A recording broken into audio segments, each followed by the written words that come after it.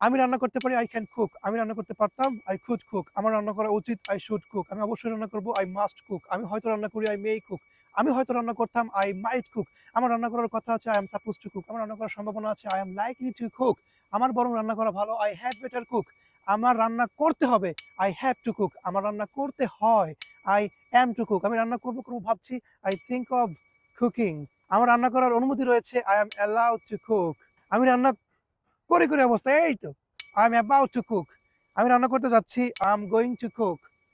আমি রান্না করতে সক্ষম, I am able to cook.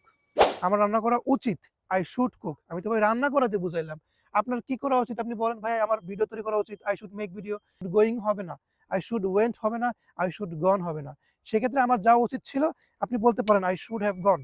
মনে থাকবে?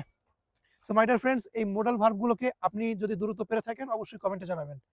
Thank you very much for watching my modals real video.